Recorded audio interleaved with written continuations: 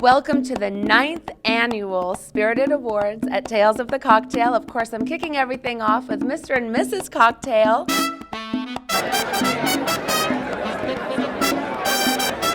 Happy Tales, y'all!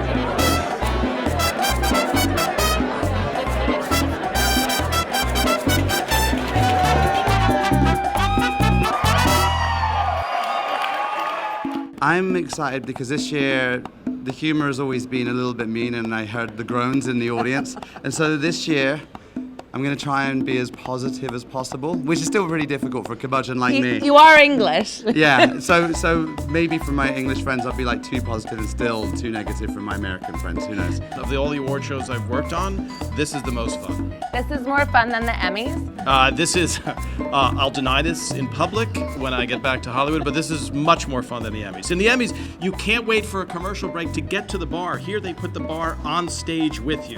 One of the most important things in the Spirited Awards is the judging. And these are the three gentlemen who head our three committees. I actually have probably hundreds of more qualified people to choose from than either of my counterparts, and so it becomes tough to sort of whittle it down. We need people who know cocktails, who also know writing. That's very important, and also know roughly what's happening in the world without necessarily being a player in the business. You can find an expert in a particular country, but they also need to be well traveled enough that they can realize what the global standards are. It's all about surprising them from the very first step of the experience. A room in Miami will cost you between $250 to $500. A bed in the freehand will cost you more like $40. So we get a lot of diverse people, a lot of really, really rich people, and a lot of people that are just travel on budget.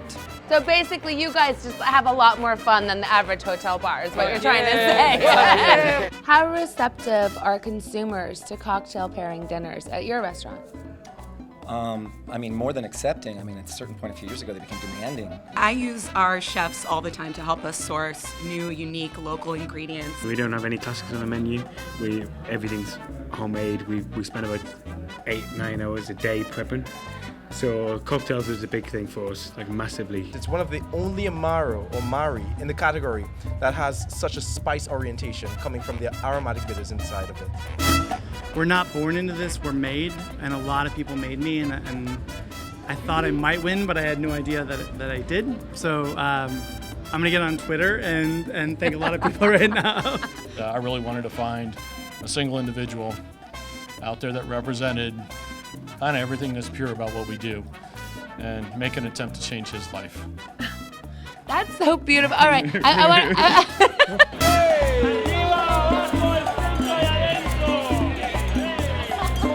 I couldn't do any of the awesome stuff we do without a fantastic team who believe in what we're doing and are just super supportive. So it might look as though it's just me, but it seriously is never just me. Be able to fight through all of the madness is really important. Also, you need to be able to do an expense report and answer your emails and all of that. But I mean, personality and love for the industry is probably my most important thing.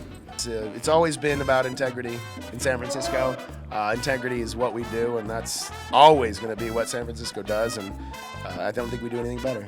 What makes you the dandelion that you are? It's modern botany. It's about not simply bringing an ingredient into the bar for the sake of creating a cocktail. It's about bringing something into the bar and using every element of it wherever possible. Being a better bartender is all about focusing in a way that makes you better. For me, that's focusing on technique and knowledge and the science about what's going on when you're making a drink. And I think there's a lot of people who can benefit from thinking that way. When I was basically in the right place in the right time, and I've learned so much from asking people why. We've been far too young to get this award. I'm insulted. They took what they learned from all these bartenders that came from overseas, and then they incorporate it into their own style. They develop their own style together with what they have learned from other people.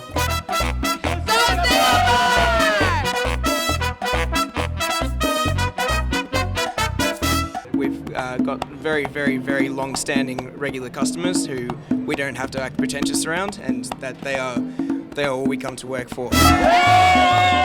Before there was even an employees only, there was me, Igor, Dushan, and Henry, and we were a family before there was a bar, and that was the team that started there. But after that, It's these offspring, these spawn, that the stuff that fell out of Henry's pants.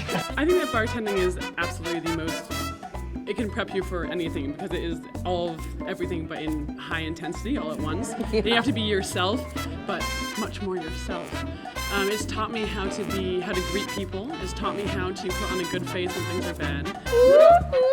Cocktails, hospitality, and restaurants and bars not only are no longer just a coastal thing. It's a national thing. Only one more question. Where's Allison? It's two of us tonight, but it's a much bigger team. It's not just two of us tonight. It's the full bar here with us, and it's the matter to be curious and be humble and believe in teamwork. That's without these three things, this will be nothing. And actually, this is nothing. The reality is to have the bar happy every day. This is everything. This is the prophecy fulfilled. I'm speechless, to be honest. You're so young. This is not over yet. Where do you go from here? More.